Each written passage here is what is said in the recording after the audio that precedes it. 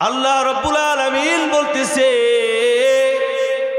আমি মালিকের জিকির যদি কোনো আমার বান্দা করে, ক্ষুধার্ত ব্যক্তিদের ক্ষুধা নিবারণ হয়ে যায়। সুবহানাল্লাহ বলেন, আরো জোরে বলতে হবে সুবহানাল্লাহ। বাজানেরে, আল্লাহর এক বান্দা দুনিয়ার মানুষের সামনে ধ্যান মগ্ন হইতে পারে না, মালিকের ইবাদত করতে পারে না। এই কারণে পাহাড়ে চলে গেছি। পাহাড়ে চলে যাওয়ার পরে মালিকের শানে জিকির করে, ধ্যান মগ্ন হয় না, কেউ কোনো ডিস্টার্ব করে না। পাহাড়ে চলে গেছি, ওই লোকটা ওই মালিকের ইবাদত করা শুরু করে দিছে। মালিকের ইবাদত করে ওই লোকটা সকালেও খায় না, দুপুরেও খায় না, রাতেও খায় না। ওই লোকটা একদিন খায় না, 2 দিন খায় না, 3 দিন, 4 দিন, 5 দিন, 7 দিন পর্যন্ত না খেয়ে ওই পাহাড়ের ভিতরে আল্লাহর ইবাদত করতে করতে এই সময়টা পার করে ফেলাইছে। ওই লোকটারে একজন লোক যায় বলতেছে, আল্লাহর বান্দা, তুমি মালিকের ইবাদত করার জন্য পাহাড়ে চলে আইছো।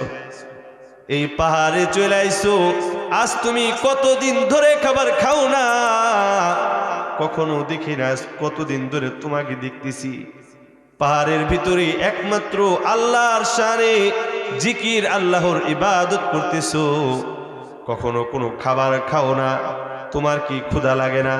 আল্লাহর ওই বান্দা বলতেছে, না না না, আমি মালিকের শানে, মালিকের ইবাদতে মশগুল থাকি। আমি আল্লাহর শানে যখন জিকির করি, ওই মালিক আল্লাহ রব্বুল আলামিন আমার ক্ষুধা নিবারণ করে দেয়। একবার জোরে বলা যাবে কি সুবহানাল্লাহ? আমরা এখন জিকির করতে রাজি না, যুবকরা খালি টিকটক চালাইতে রাজি। কথা বলেন ঠিক কিনা? বুঝেন নাই কথা? টিকটক বুঝেননি মুরব্বীরা? আমার কিছু যুবক ভাইয়ের আছে, মোবাইলের লক খোলার সাথে টিকটকে চলে যায়। আমার কলিজার দরদিরা রে, মাহফিলে আসার দরকার ছিল যুবক ভাইদের। কথা বলেন ঠিক কিনা? আল্লাহ তাআলা বলতেছে, আমি যুবকদের ইবাদত সবথেকে বেশি পছন্দ করি। আমি যুবকদের ইবাদত সবথেকে বেশি পছন্দ করি। আমার বুড়ো দাদারা মাহফিলে চলে আসছে, আলহামদুলিল্লাহ।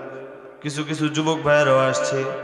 রাস্তায় ওই দিক দিয়ে একটু হাঁটতে গেছিলাম, যুবকদের ঢল দেখছি, কত পরিমাণ যুবকরা ওই দিকে আড্ডা মারতেছি। আমি ওই সমস্ত যুবক ভাইদেরকে বলি, যুবক ভাইরা, সময় থাকতে সময়ের গুরুত্ব দাও, সময়ের থাকতে সময়ের গুরুত্ব দাও। সময় যখন চলে যাবে ওই মালিকের ইবাদত করার জন্য, ওই মালিকের জিকির করার জন্য, ওই মালিকের ইবাদত করার সময় আর পাইবা না। আসো হে যুবক, আসো, কোরআন থেকে হাদিস থেকে কিছু কথা শুনি, নিজের জীবনটাকে সুন্দর করো, কবরটাকে সুন্দর করো, নিজের জীবনটাকে জান্নাতের দিকে ধাপিত করো। কথা বলেন ঠিক কিনা? তো যেই কথা বলতেছিলাম বন্ধু, যুবক ভাইয়েরা শুধু টিকটকের উপরে সময় দেয়, ফেসবুকের উপরে সময় দেয়।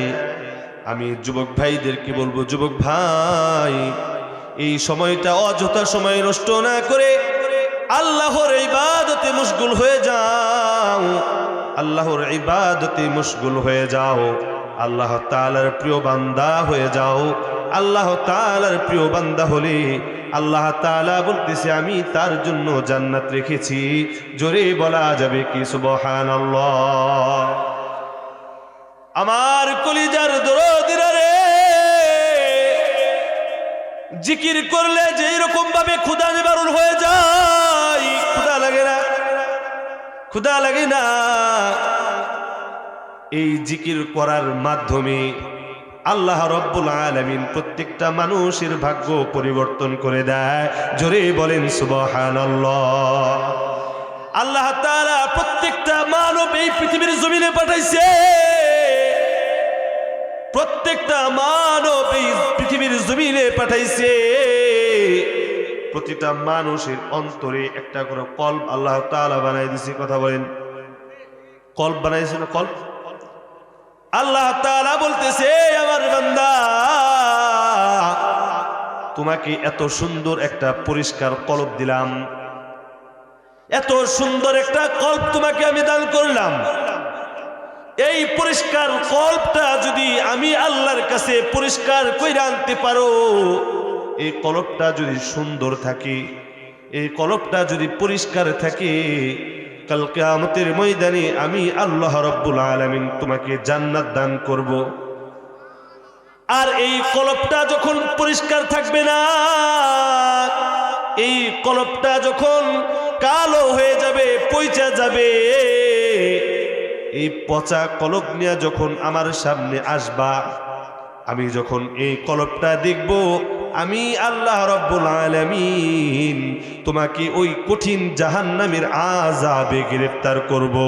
জোরে বলেন নাউযুবিল্লাহ। আমাদের এই কলবটা পরিষ্কার রাখার দরকার আছে না নাই বাজান? এই কলবটা যদি আমি আপনি পরিষ্কার করে রাখি, তাহলেই আল্লাহ তাআলার পেয়ারা বান্দা হওয়া যায়। আল্লাহ তাআলা বলতেছে, আমার কোনো বান্দা যদি একটা করে গুনাহ করে, ওই কলবের ভিতরে একটা করে দাগ লাগা যায়। কথা বুঝেন? গুনাহ যদি করি, ওই গুনাহ করার কারণে কলবের ভিতরে একটা করে দাগ লাগা যায়। আমাদের জীবনে তো আর একটা দুইটা গুনাহ না, নাকি নাকি আরো বেশি আছে? আরো বেশি আছে না বাজান? বুইজা গুনাহ করে ফেলি, না বুইজা গুনাহ করে ফেলি, গোপনে গুনাহ করে ফেলি, ওপেনে গুনাহ করে ফেলি, কত ভাবেই যে বাজান গুনাহ হয়ে যায়। একটা কাগজের ভিতরে কলম দিয়া যখন একটা দাগ দিবেন, একটা দাগ হবে, দুইটা দাগ দিলে দুইটা হবে, 500টা দাগ দিলে 500টা হবে। যখন 1,00,000 দাগ এই পৃষ্ঠার ভিতরে দিবেন, দেখবেন ওই পৃষ্ঠাটা ছিঁড়া গেছে। কথা বলেন ঠিক কিনা?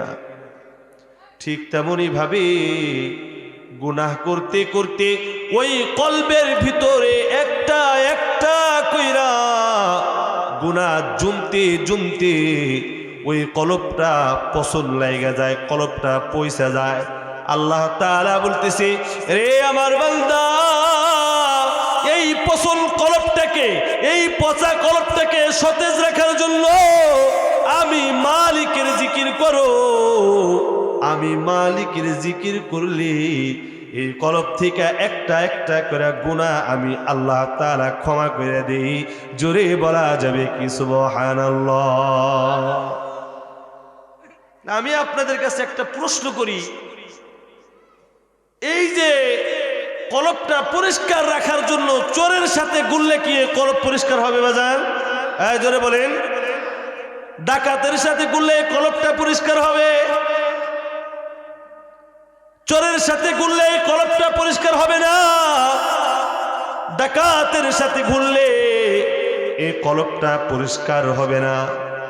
বাদানিরে, এই কলবটা পরিষ্কার রাখার জন্য সাদিকিন আলিম উলামা যারা কোরআন হাদিস এইগুলো জিনিস নিয়ে, এই বিষয় নিয়ে রিসার্চ করে, এই জামানার যারা আলিম কোরআন হাদিস নিয়ে যারা রিসার্চ করে, তাদের সাথে যদি আপনি চলাফেরা করেন, তাহলে আপনার কলবটা পরিষ্কার থাকবে। কথা বলেন ঠিক কিনা?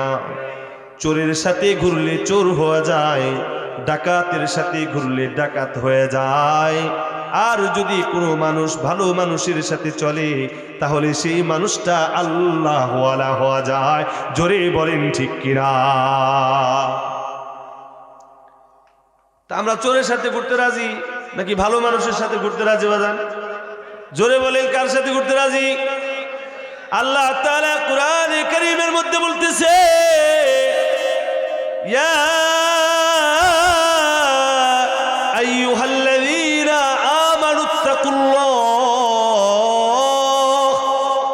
কুনু মা'আস সাদিকিন। আল্লাহ তাআলা তার বান্দাদেরকে আদর কইরা ডাক দিতেছে। আল্লাহ তাআলা বলতেছে, হে আমার ইমানদারগণ বান্দারা, হে আমার ইমানদারগণ বান্দারা, তোমরা আমি আল্লাহ তাআলাকে ভয় করো। কাকে ভয় করতে বলছে? জোরে বলতে হবে, কাকে ভয় করতে বলছে? আল্লাহকে আল্লাহ তাআলা ভয় করতে বলছে। আল্লাহ তাআলা বলছে তোমরা আমি আল্লাহ তাআলাকে ভয় করো।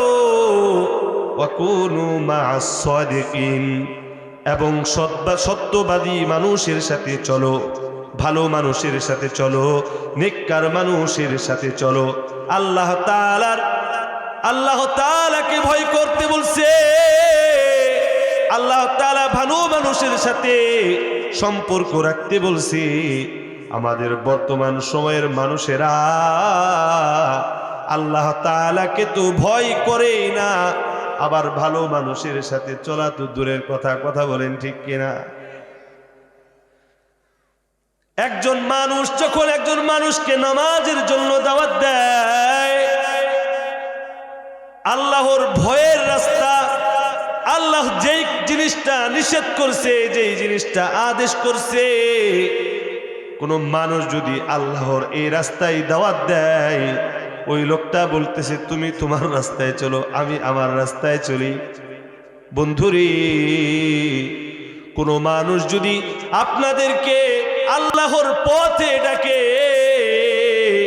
হেদায়েতের পথে যদি কোনো মানুষ ডাকে, তার সাথে আল্লাহ তাআলা সঙ্গ দিতে বলছে। বন্ধুরে, এখন বর্তমান সময়ের মানুষেরা ভালো মানুষের সাথে চলে না, ভালো মানুষের সাথে চলতে রাজি না। কেননা ভালো মানুষের সাথে চলতে গেলে ভালো হওয়া যায়। সবাই চিন্তা করে আমি যদি ভালো হয়ে যাই, খারাপ কাজ কে করবে? আছে না নাই? অনেকে এরকম ভাবে বলে। আল্লাহ তাআলা কোরআনে কারীমের মধ্যে বলতেছে, ইয়া আইয়ুহাল্লাযীনা আমানুত্তাকুল্লাহ হাক্কা তুকাতিহি ওয়া লা তামুতুন্না ইল্লা ওয়া আনতুম মুসলিমুন। আল্লাহ তাআলা সূরা আলে ইমরানের মধ্যে বলতেছে, ইয়া আইয়ুহাল্লাযীনা আমানুত্তাকুল্লাহ, হে ঈমানদারগণেরা, তোমরা আমি আল্লাহ তাআলাকে ভয় করো। কেমন ভয়? সত্যিকারের ভয়। ওয়ালা তামুতুন্না ইল্লা ওয়া আনতুম মুসলিমুন, এবং মুসলমান না হইয়া কবরে এসো না, মুসলমান না হইয়া মৃত্যুবরণ করো না।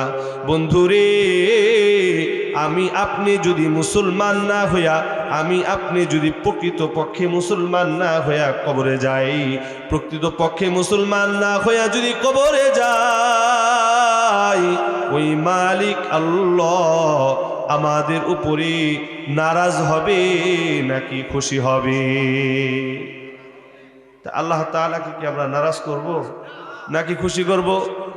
আল্লাহ তাআলাকে যদি আমরা খুশি করতে চাই, আল্লাহ তাআলাকে যদি খুশি করতে চাই, তাহলে আল্লাহ তাআলা বলতেছে, ইয়া আইয়ুহাল্লাযীনা আমানুত্তাকুল্লাহ, আল্লাহ তাআলাকে ভয় করতে বলছে।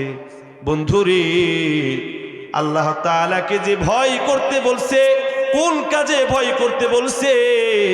আমি একটা গুনাহের কাজ আমার সামনে দেখা যাইতেছে, আমার একটা গুনাহের কাজ, সেই গুনাহের কাজটা দেখার পরে ওই গুনাহের কাজে আমি আপনি লিপ্ত না হইয়া আল্লাহ তাআলাকে ভয় কইরা যদি ওই গুনাহের কাজে লিপ্ত না হই, তাহলে আল্লাহ তাআলাকে ভয় করা হবে।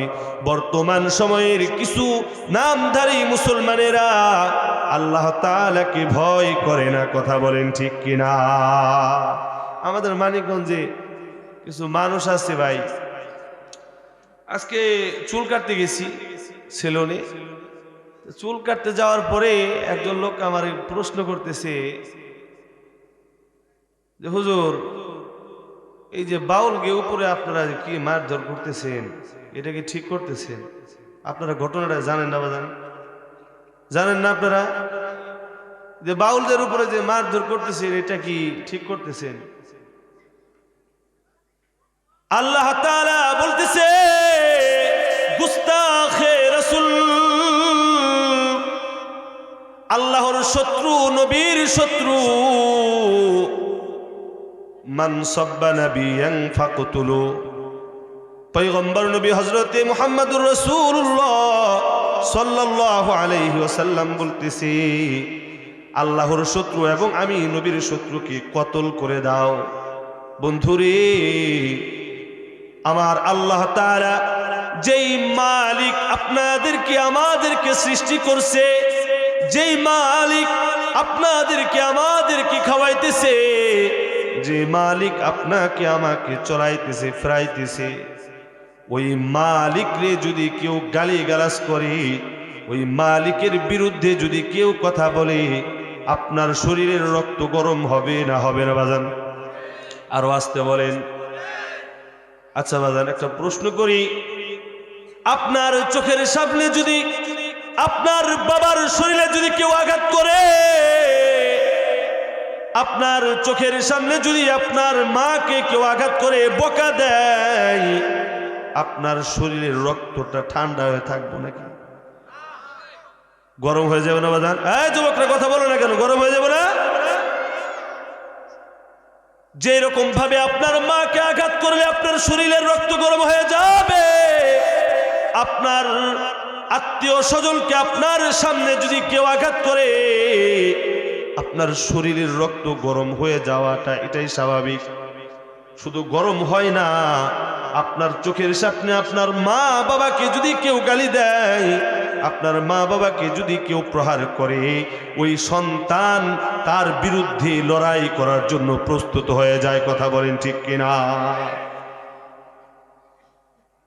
আমার মালিক যে আল্লাহ আমাদেরকে বানাইলো, আমাদেরকে সৃষ্টি করলো, ওই মালিকরে এক বান্দা, এক লোক মালিকরে বকা দিছে, ওই মালিকের বিরুদ্ধে কথা বলছে, এমন কুরুচিপূর্ণ ভাষায় কথা বলছে যেটা আমি আপনাদের মাঝে বলার মতো যোগ্যতা রাখি না, বলতে পারবো না। বন্ধুরে আমি বলতে চাই, এই মুসলমানেরা, তোমার চোখের সামনে তোমার মা বাবাকে গালি দিলে, তোমার মা বাবার বিরুদ্ধে কথা বললে, যেই রকম ভাবে তোমার শরীরে রক্ত গরম হয়ে যায়, ঠিক তেমনি ভাবে প্রকৃতপক্ষ মুসলমানের সামনে পয়গম্বর নবী ও আল্লাহ তাআলার সামনে বেয়াদবি করলে, আল্লাহ তাআলার সামনে আল্লাহ তাআলার বিরোধিতা করলে, বাংলাদেশের মুসলমানরা চুপ করে বসে থাকবে না। জোরে বলেন ঠিক কিনা? আমি সেখানে সশরীরে উপস্থিত ছিলাম।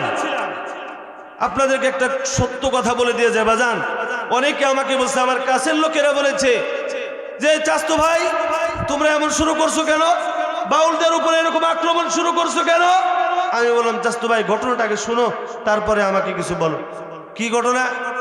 আমি বললাম, ভাইরে, অমুক দিন অমুক তারিখে অমুক সময় আমরা সময় নিয়েছি মানববন্ধন করার জন্য, আমার আল্লাহ তাআলাকে গালি দেওয়ার জন্য, আমার আল্লাহ তাআলার বিরোধিতা করার জন্য মানববন্ধন আমরা সেখানে অবস্থান করেছি। সেখানে অবস্থান করার পরে যে বাউল ভাইয়েরা ছিল তাদের সময় ছিল আরো পরে 11টার দিক দিয়া, আমরা ছিলাম 9টার দিক দিয়া। এই বাজান 9টার দিক দিয়া মানববন্ধন কর্ম শুরু করছি। ওই দিক দিয়া 9টার সময় আমার বাউল ভাইয়েরা ছোট ছোট বাচ্চাদের উপরে চাকা ফেকছে, ইটের খোয়া ফেকছে। আমি সাক্ষী, একটু মনোযোগ সহকারে শুনবেন। আপনার চোখের সামনে আপনাকে যদি কেউ মারতে আসে, আপনার চাচাতো ভাই, আপনার ফুফাতো ভাই, খালাতো ভাই, দাদাতো ভাই, নানাতো ভাই, যত ভাই আছে তারা মনে হয় হাত গোজা বসে থাকবো নাকি? ও ভাই, আমাদেরকে যদি আক্রমণ করে, আমরা যদি প্রতিবাদ করি, প্রতিবাদ করার কারণে কি আমরা খারাপ হয়ে যাই? আমার কলিজার দরদিরা রে, যেই লোকটা ওই মালিকের শানে বেয়াদবি করছে, যেই লোকটা ওই মালিকের বিরোধিতা করছে, আমরা চাই তার পরিপূর্ণ শাস্তি হোক, সর্বোচ্চ শাস্তি হোক। কথা বলেন, আরো জোরে বলেন, কথা বলেন। বন্ধুরি, সর্বোচ্চ শাস্তি চাই। কিন্তু আমার যেই বাউল ভাইয়েরা, অনেক বাউল ভাই বলতেছে আমরা তো আবুল সরকারের শাস্তি চাই, আমরাও চাই ওর শাস্তি হোক, কিন্তু অন্যান্য বাউলদের উপরে আক্রমণ কেন? আমার কথা হইল, অন্যান্য বাউলদের উপরে আক্রমণ করা হয় না, এটা হলো অন্যান্য বাউলদের উপরে প্রতিবাদ করা হইতেছে। প্রতিবাদটা কেমন? তোমরা যদি আমাকে আগে যদি কোনো মানুষ বল্লার চাকের ভিতরে যদি কেউ ঢিল মারে, তাহলে ওই বল্লাগুলো তারে মনে হয় চুমা দিব না, কি বাজান? ওই বল্লাগুলো তাকে খাবলাতে ধরবো না? ঠিক তেমনই ভাবে ওই বাউলদের উপর এরকম ভাবে আক্রমণ হয়েছে। বন্ধুরে, আমার বিষয় হলো ওই মালিককে ভয় করা, যেই মালিক আপনাকে চলার জন্য দুইটা হাত দিল, যেই মালিক চলার জন্য দুইটা চোখ দিল, পা দিল, নাক দিল, যেই মালিক আমাদেরকে আল্লাহ তাআলা এত শত নিয়ামত দান করলো, ওই মালিকের শানে বেয়াদবি করা, ওই মালিকের বিরুদ্ধে কথা বললে এই বাংলার জমিনের যতগুলো তৌহিদি জনতা আছে, যতগুলো মানুষ আছে, তারা বরদাস্ত করবে না। কথা বলো ঠিক কিনা? আমার কলিজার দরদিরা রে, আল্লাহ তাআলাকে ভয় করতে হবে। জোরে বলেন, কাকে ভয় করতে হবে? আল্লাহ তাআলাকে ভয় করতে হবে। একমাত্র আল্লাহ তাআলাকে ভয় করতে হবে। ওই মালিক, যদি ওই মালিককে ছাড়া যদি কোনো মানুষকে তুমি স্বাভাবিকভাবে ভয় করো, ওই মানুষকে ভয় করার কারণে যদি তোমার ঈমানটা নষ্ট হয়ে যায়, তাহলে কাল কিয়ামতের ময়দানে কোনো জবাব দিতে পারবে না মালিকের কাছে। বন্ধুরে, এর জন্যই বলতেছি আল্লাহ তাআলাকে ভয় করো। ইচ্ছা করলে আমিও হলের ভিতরে যাইতে পারি, ইচ্ছা করলেও আমিও গুনাহ করতে পারি। আমার কলিজার দরদিরা রে, আমিও ইচ্ছা করলে প্যান্ট শার্ট পরতে পারি। আমার কলিজার দরদিরা রে, আমিও ইচ্ছা করলে গুনাহের কাজ করতে পারি। কিন্তু গুনাহের কাজ যখন করতে যাই, যখন গুনাহের কাজ করতে যাই, ইয়া আইয়ুহাল্লাযীনা আমানুত্তাকুল্লাহ, গুনাহের কাজ যখন করতে যাই, তখন আল্লাহ তাআলার কথা স্মরণ হয়ে যায়। এই কারণে আল্লাহ তাআলার কথা স্মরণ হয়ে যাওয়ার পরে ওই গুনাহের কাজ আর করতে মনে চায় না। আমরা সকলে ওই মালিককে ভয় করব, যে মালিক কাল কিয়ামতের ময়দানে, যে মালিক আমাকে আপনাকে এই পৃথিবীর জমিনে শত শত নিয়ামতের মধ্যে রাখছে, ওই মালিককে আমরা বেশি বেশি ভয় করব। কথা বলেন ঠিক কিনা? বনি ইসরাইল একটি ঘটনা। একজন লোক দুনিয়াতে কোনো ভালো কাজ করে নাই, কোনো কাজ করে নাই, সওয়াবের কোনো কাজ করে নাই। তার জীবনটা গুনাহ দ্বারা ভরা, কোনো ভালো কাজ সে করে নাই। প্রত্যেকটা খারাপ কাজে সে লিপ্ত ছিল, শুধু গুনাহের কাজে লিপ্ত ছিল।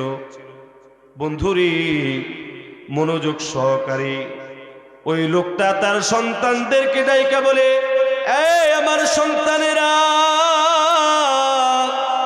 আমার কাছে আসো, আমার কাছে আসো।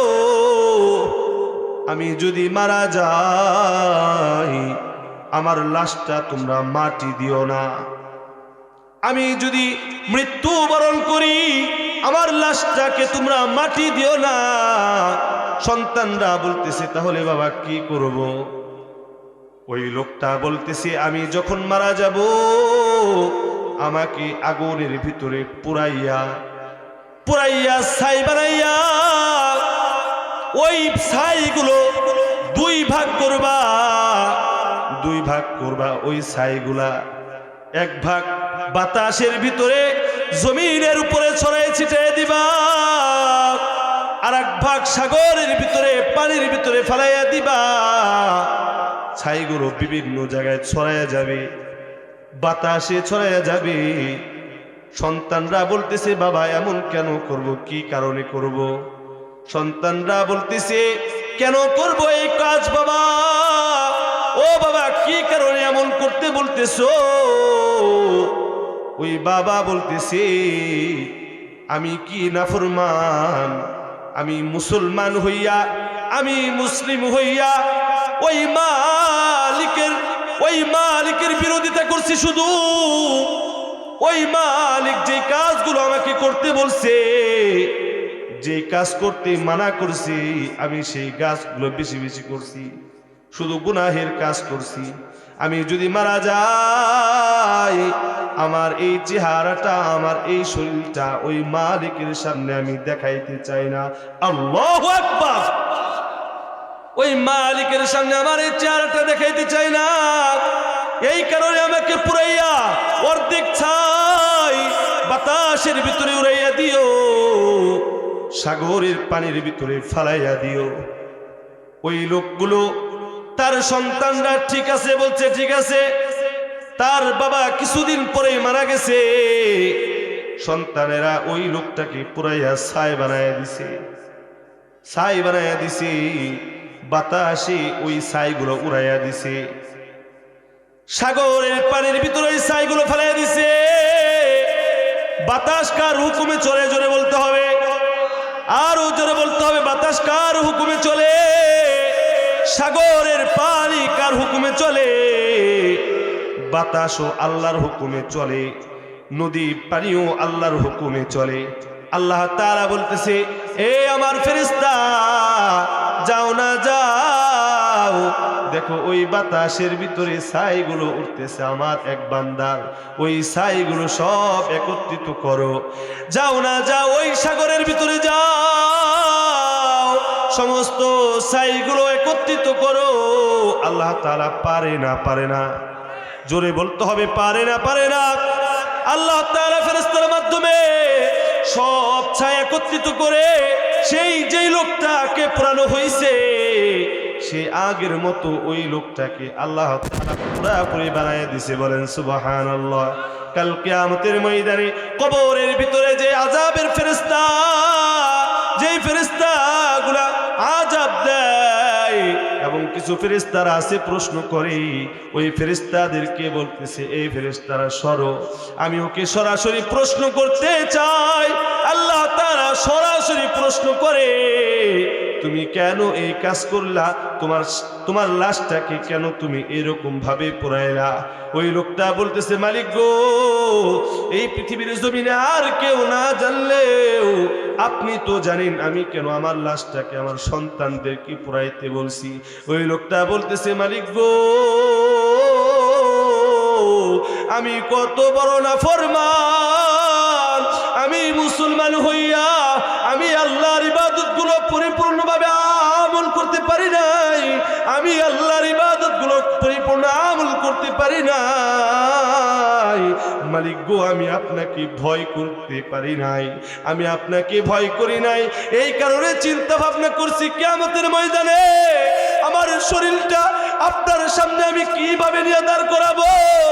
এই কারণে চিন্তা ভাবনা করছি আমার সমস্ত শরীর পুইরা সারকার হইয়া আমি চাইছি যেন আমার চেহারাটা মালিকের সামনে না দাঁড়ায়। আল্লাহ তাআলা বলতেছে বান্দা, আমাকে এই মুহূর্তে ভয় করার কারণে আমি আল্লাহ রাব্বুল আলামিন, আমি মালিক, তোমার পিছনের সমস্ত গুনাহগুলি মাফ করে দিয়া আমি আল্লাহ রাব্বুল আলামিন তোমাকে জান্নাত দান করলাম। বলেন না সুবহানাল্লাহ।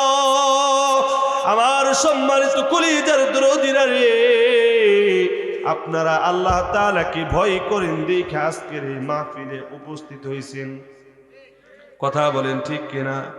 নাকি মেলায় আইছেন চিন্তা ভাবনা করলেন যে না একটু দেখে আসি মাহফিল হুজুর কি কয়, এটা গল্প কই যে হুজুর খালি মাহফিলে এসে গল্প করে, ওই গল্প না বাজান। বক্তা ইচ্ছা মতন একটা টান দিছে, কই টান দিছে, পিছন থেকে একজন লোক কান্দে দিছে, তার একজন জিজ্ঞেস করে কান্দো কে?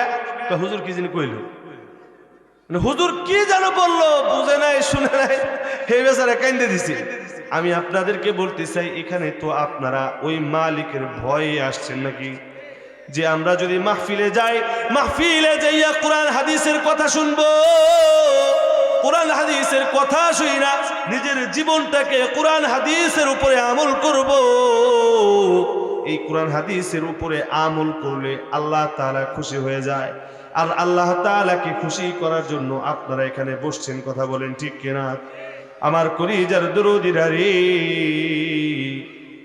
আমি আপনি যে মহান মালিক আল্লাহ রাব্বুল আলামিনকে যদি ভয় কইরা ওই মালিকের যে ইবাদতগুলো আমাদেরকে পালন করতে বলছে, মালিক যেইভাবে আমাদেরকে চলতে বলছে, আমরা যদি ওই মালিকের চলার মতো যদি চলতে পারি, তাহলে আমরা ওই মালিকের প্রিয় বান্দা হয়ে যাব। জোরে বলেন ঠিক কিনা? এই আমার কলিজার দরদীরা রে, আল্লাহ তাআলা যে ভয় করতে বলছে, আমি আপনি কেমন ভয় করি? আল্লাহ তাআলার কিছু বাছাইকৃত মানব, আল্লাহ তাআলার বাছাইকৃত কিছু লোক, কিছু মানুষ, এমন মানুষ যারা আল্লাহ তাআলা তাদের উপরে খুশি, তারাও ওই মালিককে কেমন ভয় করছে আমরা সকলে জানি।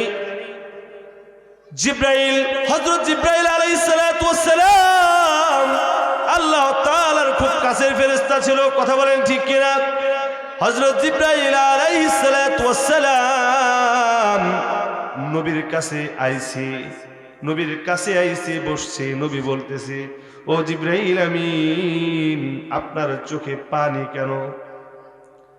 জিব্রাইল আলাইহিস সালাতু ওয়াস সালাম বলতেছে, নবী গো, এই পানি তো আজকে থেকে নয়, এই পানি তো আল্লাহ রাব্বুল আলামিন যেই দিন থেকে জাহান্নাম বানাইছে সেই দিন থেকেই আমি জিব্রাইলের চোখে পানি। কি কারণে পানি? জিব্রাইলের চোখে এই কারণে পানি, ও আল্লাহ, কিয়ামতের দিন যখন হাসর নাসর শুরু হয়ে যাবে, চোখের পানি কি কারণে? হাসর নাসর যেদিন শুরু হয়ে যাবে, মালিক যদি বলে জিব্রাইলের এই কাজটা আমার পছন্দ হয় নাই, জিব্রাইলের অমুক কাজটা আমার পছন্দ হয় নাই, সেই চিন্তা কইরা ওই মালিককে ভয় কইরা এখন পর্যন্ত আমার চোখে পানি। বন্ধুরে, জিব্রাইলও ওই মালিককে ভয় করছে, আমি আপনি তো কোনো ভয় করি না মালিক রে। ওই মালিকরে যদি আমি আপনি ভয় করি, ওই মালিকের পথে যদি আমি আপনি চলতে পারি, তাহলে ওই মালিকের কাছাকাছি আমরা হইতে পারবো। কথা বলেন ঠিক কিনা? আমরা সকলে জান্নাতে যাইতে চাই না বাজান? কে কে জান্নাতে যাইতে চাই? একটু দুইটা হাত উঁচু করে দেখাই। নারে তাকবীর, নারে তাকবীর। আমরা এখানে একটু হাতটা একটু নাড়াচাড়া করি ইনশাআল্লাহ। আলহামদুলিল্লাহ, হাত নামাই। আমরা সবাই জান্নাতে যাইতে চাই, কিন্তু জান্নাতের কাজ করি না কেউ। কথা বলেন ঠিক কিনা? জোরে বলেন ঠিক কিনা? জান্নাতে যাওয়ার জন্য রাজি?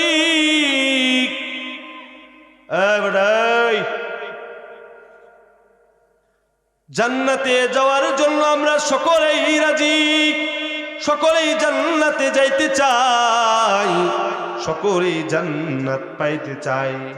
বন্ধুরে, আল্লাহ তাআলা দুইটা রাস্তা বলে দিছে, একটা জান্নাতের রাস্তা আর একটা জাহান্নামের রাস্তা। আল্লাহ তাআলা বলছে, এই কাজগুলো যদি করো, এই কাজগুলো করার কারণে আমি আল্লাহ তাআলা খুশি হয়ে যাব, এই কাজ করার কারণে আমি মালিক খুশি হয়ে যাব। এই কাজ করলে আমি খুশি হইলে তোমাকে জান্নাত দিব। আরেকটা যে রাস্তা আছে, এই রাস্তা, যেই কাজগুলো মালিক করতে বলছে, সেই কাজ যদি কেউ না করে, মালিক আল্লাহ রাব্বুল আলামিন তাকে সেই জাহান্নামে পাঠাবে। কথা বলেন ঠিক কিনা? আমরা সবাই জান্নাতে যাইতে চাই। আল্লাহ তাআলা বলল যে তোমরা জান্নাতে যাইতে হলে জান্নাতের কাজ করো, তাহলেই তুমি জান্নাতে যাইতে পারবা। আমার বন্ধুরে, জান্নাতে যাওয়ার জন্য সবাই রাজি, সবাই পাগল, কিন্তু জান্নাতের কাজ আমরা করতে পারি না।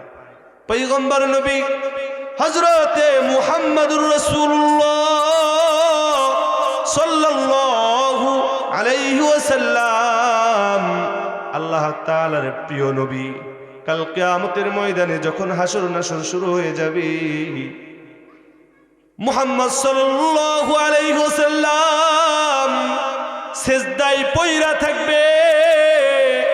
আমাদের আল্লাহ মালিক আল্লাহ বিচারের কাঠগড়ায় যখন বসে যাবে, ওই বিচার যখন শুরু করবে,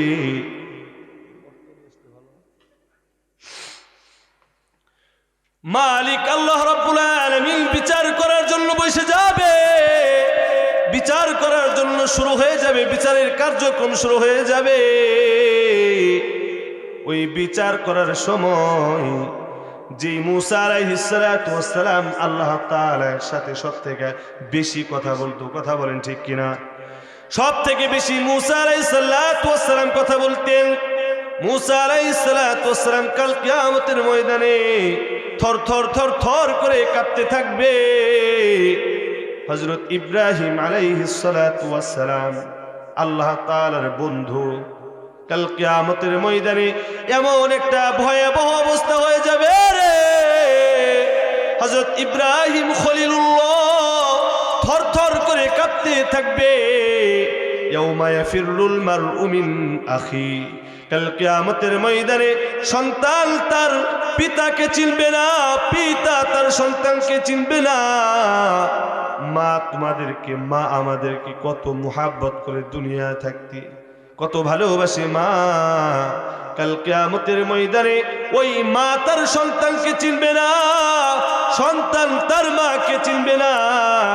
এই ভয়াবহ কঠিন অবস্থায় মুসা আলাইহিস সালাতু ওয়াস সালাম আল্লাহ তাআলার সাথে এত কথা বলতেন, সেই মুসা থরথর করে কাঁপতে থাকবে। ইব্রাহিম আলাইহিস সালাতু ওয়াস সালাম থরথর করে কাঁপতে থাকবে। সেই কঠিন মুহূর্তে আমাদের পয়গম্বর নবী হযরতে মুহাম্মদুর রাসূলুল্লাহ সাল্লাল্লাহু আলাইহি ওয়াসাল্লাম সিজদায় পড়ে কান্না করতে থাকবে। আল্লাহু আকবার। সিজদায় পড়ে কান্না করতে থাকবে। আল্লাহ তাআলা বলবে, ও আমার হাবিব, ও আমার বন্ধু, মাথাটা উঁচা করো, আর কান্না কইরো না। পয়গম্বর নবী তার উম্মতদের জন্য দুনিয়াতেও কান্না কইরা এই পৃথিবীর জমিন থেকে চলে গেছে। দুনিয়াতে থাকা অবস্থায় তার উম্মতদের জন্য কান্না করছে, এখনো রওজায় কান্না করে। পয়গম্বর নবী কিয়ামতের দিন, হাসরের দিন, পয়গম্বর নবী সিজদায় পড়ে কান্না করতে থাকবে। সবাই বলবে ইয়া নাফসি, ইয়া নাফসি বলবে, কিন্তু পয়গম্বর নবী ইয়া নাফসি, ইয়া নাফসি বলবে না। নিজের কথা সে চিন্তা করবে না গো। পয়গম্বর নবী ইয়া উম্মতি, ইয়া উম্মতি, ইয়া উম্মতি বলে কান্না করতে থাকবে। আল্লাহ তাআলা বলবে, আমার বন্ধু হাবিব নবী গো, আপনার মাথাটা একটু উঁচু করে দেন। আল্লাহু আকবার। পয়গম্বর নবী মুহাম্মদুর রাসূলুল্লাহ সাল্লাল্লাহু আলাইহি ওয়াসাল্লাম বলতেছে, আল্লাহ গো, আমি মাথা উঁচু করব না। আল্লাহ তাআলা বলতেছে, কেন গো নবী, কি কারণে মাথাটা উঁচু করবা না? পয়গম্বর নবী বলতেছে, ও আল্লাহ, আমার উম্মতদেরকে তুমি যদি জান্নাত দান না করো, আমার উম্মতদেরকে তুমি যদি জান্নাত না দাও, আমি নবীর মাথাটা জমিন থেকে উঁচা হবে না। আল্লাহ তাআলা বলতেছে, এ আমার হাবিব, এ এবার মাথাটা উঁচা করো, আমি আপনার উম্মতদেরকে জান্নাত দিব। জোরে জোরে বলা যাবে কি সুবহানাল্লাহ। আল্লাহ তাআলা বলল যে আমি আপনার বান্দাদের জান্নাত দান করব। এখন প্রশ্ন আসে না যে হুজুর জান্নাত কি সবাই পাবে? পয়গম্বর নবী হযরত মুহাম্মদুর রাসূলুল্লাহ সাল্লাল্লাহু আলাইহি ওয়াসাল্লাম বলতেছে, মালিক রে, আমি আমার মাথাটা তখন উঁচা করব যখন আপনি বলবেন আমার উম্মতদেরকে আপনি জান্নাত দান করবেন। আল্লাহ তাআলা বলতেছে, হ্যাঁ আমি তোমার উম্মতদেরকে জান্নাত দান করব। আল্লাহ তাআলা বলতেছে তোমার উম্মতদেরকে জান্নাত দান করব। পয়গম্বর নবী মাথাটা উঁচা করেছে, মাথাটা উঁচা কইরা তার উম্মতের চেহারার দিকে তাকাবে। তার উম্মতের চেহারার দিকে তাকাইয়া পয়গম্বর নবী যেই উম্মতের চেহারার দিকে তাকাইয়া হাসি দিবে, যেই উম্মতের চেহারার দিকে তাকাইয়া একটা মুস্কি হাসি দিবে, পয়গম্বর নবী বলবে, ও মালিক, আমার এই উম্মত আমার সুন্নত অনুযায়ী নিজের জীবনকে পরিচালনা করছে। ও মালিক আল্লাহ, আপনার কোরআন অনুযায়ী নিজের জীবনকে পরিচালনা করছে। মালিক রে, পয়গম্বর নবী মালিকের কাছে সুপারিশ করবে, আমার এই উম্মতকে জান্নাত দিয়ে দাও। জোরে বলা যাবে কি সুবহানাল্লাহ। পয়গম্বর নবী অন্য আরেকজন উম্মতের দিকে তাকাবে, যদি উম্মতের চেহারার দিকে তাকাইয়া যদি মুখটা মুস্কে হাসি দেয়, যদি হাসি দেয় তাহলে মনে করবেন ওই পয়গম্বর নবীর উম্মত আল্লাহ তাআলা জান্নাত দান করবে। পয়গম্বর নবী হযরতে মুহাম্মদুর রাসূলুল্লাহ সাল্লাল্লাহু আলাইহি ওয়াসাল্লাম তার উম্মতের চেহারার দিকে তাকাইয়া যখন পয়গম্বর নবী মুস্কে হাসবে না, মুখটা বেজার হয়ে যাবে, মুখটা কালো হয়ে যাবে। পয়গম্বর নবী বলবে, এই দুনিয়াতে থাকা অবস্থায় আমি নবীর সুন্নত অনুযায়ী চলে নাই, এই দুনিয়াতে থাকা অবস্থায় ওই মালিকের কোরআন অনুযায়ী সে জীবনকে পরিচালনা করে নাই। ওই উম্মতকে আল্লাহ রাব্বুল আলামিন নবীর সুন্নত অনুযায়ী না চলার কারণে, আল্লাহর কোরআন অনুযায়ী নিজের জীবনকে পরিচালনা না করার কারণে আল্লাহ তাআলা তাকে জাহান্নামে দিয়ে দিবে। জোরে বলেন নাউযুবিল্লাহ। তাহলে যেই কারণে যেই কথাটা বললাম বন্ধু, এই পয়গম্বর নবী হযরতে মুহাম্মদুর রাসূলুল্লাহ সাল্লাল্লাহু আলাইহি ওয়াসাল্লাম, পয়গম্বর নবী এই উম্মতদের জন্য কি পরিমাণ কষ্ট করেছেন, এই উম্মতদের জন্য এখনো সে কাঁদছেন, হাসরের ময়দানে এই উম্মতদের জন্যই কাঁদবেন। এই পয়গম্বর নবীকে আমরা কি কষ্ট দিতে পারি? জোরে বলেন। এই পয়গম্বর নবীকে কষ্ট দেওয়া যাবে না। এই আল্লাহ রাব্বুল আলামিনের শানে যেই বেয়াদব কটূক্তি করেছে, যেই মালিকের শানে যেই ফাউল যে মালিকের সাথে বেয়াদবি করেছে, আমি তাদেরকে বলতে চাই তোমরা থেমে যাও, না হলে এই বাংলার জমিনের 18 কোটি মুসলমান হাত গুটিয়ে বসে থাকবে না। কথা বলো ঠিক কিনা? আমার এই বাংলার জমিন মুসলমানের জমিন, আমার এই বাংলার জমিন শাহজালাল রহমাতুল্লাহি আলাইহির জমিন, আমার এই বাংলার জমিন শাহ মাখদুম খানজাহান আলীর জমিন, আমার এই বাংলার জমিনে পূর্বের ইতিহাস অনুযায়ী আল্লাহু আকবারের সুরে সূর্য ওঠে, পূর্বের ইতিহাস অনুযায়ী আল্লাহু আকবারের সুরে সূর্য ডুবে। সুতরাং আমার এই বাংলার জমিনে নবীর বিরুদ্ধে, আল্লাহর বিরুদ্ধে কেউ কথা বলতে পারবে না। কথা বলো ঠিক কিনা? আল্লাহ তাআলা আমাদের সবাইকে আল্লাহ তাআলার প্রিয় বান্দা, নবীর প্রিয় উম্মত হিসেবে কবুল আর মঞ্জুর করুন। সকলে বলি আমিন। আল্লাহ তাআলা আমাদের অন্তরের ভিতরে বেশি বেশি ওই মালিকের ভয় ঢুকানোর তৌফিক দান করুন। সকলে বলি আমিন।